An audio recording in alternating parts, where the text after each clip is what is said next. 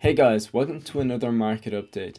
Today we've got quite some informative things to discuss, such as Jerome Powell's speech. I've included a full summary. You won't need to watch back the stream, you won't need to look anything up. I've covered all bases on that. We've got a recap on my prediction last week and a future prediction.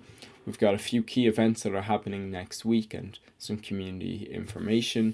And as well as that, we've got a recap on wins from the analysts. So let's not waste any time and get straight into it. So, starting off with Kaizen community updates.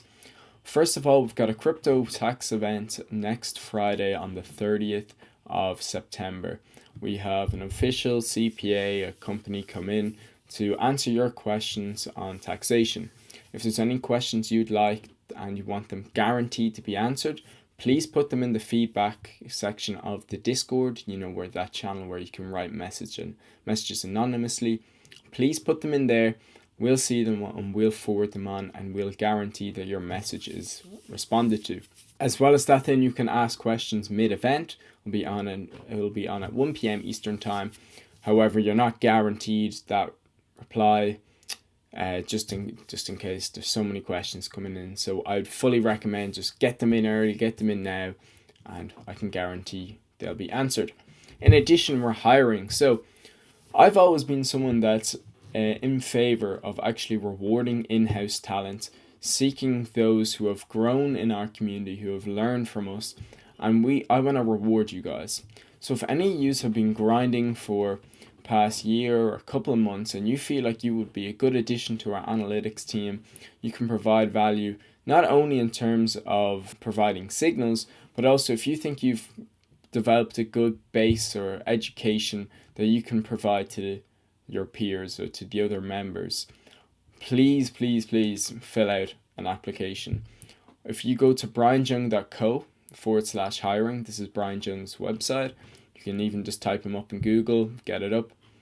If you scroll down to the crypto analyst position and click learn more and then click apply, we'll bring you to the application, fill it out, I'll have a review, and if we think you'd be a good suit for us, we can bring you on board. Getting on to the analyst wins.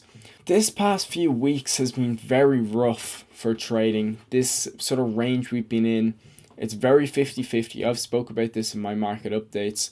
It's a tough one to trade.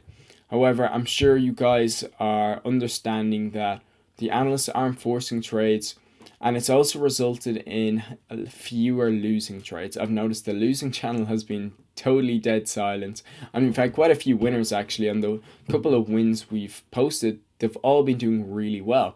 And one of these is Hayden's. Hayden alerted a long position at 21.3 on AVAX. He used 10x leverage with only using 2% of his portfolio as per good risk management. Later on, AVAX jumped 13%, which was almost like, I think it was, jumped up to $25, $26 at the peak, and has been doing phenomenal. Hopefully you all were able to take that trade, and even on spot, 13% is quite a huge move. So well done, Hayden. What a trade. So, a recap on our market update from last week. So ultimately last week we were bullish. We said we would see a move to that upside 62.7k hopefully by the end of the week, and that is pretty much what happened. Now we didn't get that second bounce I was seeking in terms of initiating a long position. However, we'll get into my next market update very shortly, and that still remains a point of interest for me. Regardless though, although we didn't get that dip to the zone I wanted to initiate my personal longs, my bias was correct for the week. We did see that continued move to the upside towards 62.7. I think at the peak we might have even gone to 62.4k. The screenshot is slightly old. Just as I've been talking, I'm looking at price. We did actually peak further, which is very nice to see. So at the moment though, I don't think this is the price action that's going to break us out. I think we're still going to chop. I think we're just playing with this range at the moment, and this brings us into my next prediction. Personally, look, I'll be delighted if Bitcoin breaks out. I've got spot bags that could do with a bit of a pump. But to be honest, this brown box for me down here is still the zone I'm waiting for. So this chop is designed to make you sort of lose your mind and forget about the bigger picture. Just zoom out and you'll realize that we're on a very pivotal support point, and it's actually getting pretty important that bulls show their hand soon. So when we move to this box, that's when I'm highly interested in long triggers. This is where most people have stopped caring because they've been chopped to death from trading a low time frame. But this is where I'm going to be paying attention. I think we could see him move down to here, and the reason for that is I think a lot of people are getting fed up with this chop and they're impatiently longing. I think they're going to be punished, and that by being punished, I think we're going to move down to 56. Once we get to 56, then I think we could see a reverse and a pretty heavy move down to the upside. Although I'll keep you guys updated, we may not visit it, but if we do, I'm 100% initiating longs. So moving on to Powell's speech. So in summary, I'll start off with a summary, and then to back that up, I'll give you exact quotes. So Powell was still cautiously optimistic about inflation. He emphasized a balanced approach to future monetary policy. So first of all, he talked about the inflation progress. So Powell expressed an increase in confidence that inflation is moving towards the Fed's 2% target.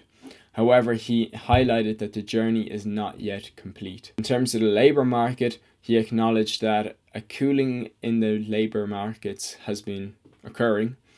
However, he stressed that this is unlikely to drive inflationary pressures in the short term. But he did make it clear that further cooling is actually not sought nor welcomed by the Fed, which I thought was quite interesting. Thirdly, then, he talks about policy adjustments. So this is finally where the Fed have pivoted. He suggested that it's time to adjust policy, with future rate cuts depending on incoming data, economic outlook, and risk balance. And fourthly, then, support for the labour market. He reaffirmed the Fed's commitment to maintaining a strong labour market while pursuing price stability. So just to back up a few of those quotes, or a few of those points with quotes, he's quote unquote, "My confidence has grown that inflation is on the path to 2%. The cooling in labour market conditions is unmistakable. It seems unlikely that the labour market will be a source of elevated inflationary pressures anytime soon. We do not seek or welcome further cooling in labour market conditions. The time has come for the policy to adjust. The direction of travel is clear, and the timing and pace of rate cuts will depend on incoming data, the evolving outlook, and the balance of risks. We will do everything we can to support a strong labour market as we make further progress towards price stability." So the Fed pivot is officially here. So in summary, then, he's basically guaranteed that rate cuts are coming in September. I haven't looked at the exact consensus, but I'm sure that's jumped quite a bit. Well, it was already 100%, but I'm sure it's between now, how much are they going to cut? So it's not whether they cut, it's by how much. I think it was, so it was 25 basis points or 50 basis points. Haven't looked exactly, but I'd imagine that perhaps the 51 has gone up significantly in terms of likelihood or what the consensus is at the moment, but I don't have the exact figure on that. So look, it was a pretty good speech from Powell for us. At the moment, just from looking at the price, Bitcoin I think it's had a bit of a sell the news event, but this is good for crypto and good for stocks, good for assets, and it's going to be an interesting how things pan out from this now. Getting on to some other news, so the stock market has basically already rallied back to all-time highs, and it took less than 3 weeks from that huge panic from the Japanese yen carry trade.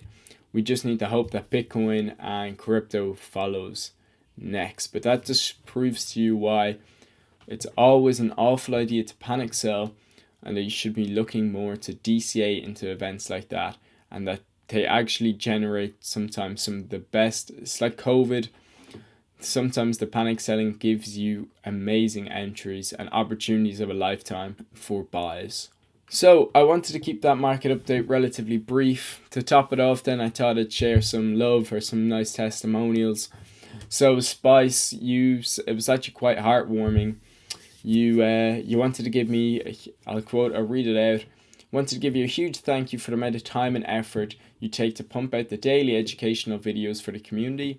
It's definitely a grind, and I find each one of them very insightful. You are amazing. That was really nice to hear from Spice. And I basically told him it's a pleasure to provide content for you guys. It's always something that I've deep down wanted to pursue, but I never really had the playground to practice. So in this case, it's you guys, the audience. And in addition, then I did it short term. I did it or on the side, but I never had the audience. It was never worthwhile for me to put in this much time because it's going out to like about 5-10 people. So I just wanted to give you guys a thank you for letting me practice and improve with every video and giving me an audience in the first place to send my content out to. And then Mr. Gaines as well backed him up and said I was killing it and told me to keep up the great work. So thank you, Mr. Gaines, as well. So guys, look, hope that was of benefit to you. I'm pretty optimistic about the future in terms of crypto, in terms of assets and risk on assets in general. After that speech, I think that was pretty reassuring. So I think we are good for the future, and hopefully we can see a bit of a recovery soon. See you guys next week and have a great weekend.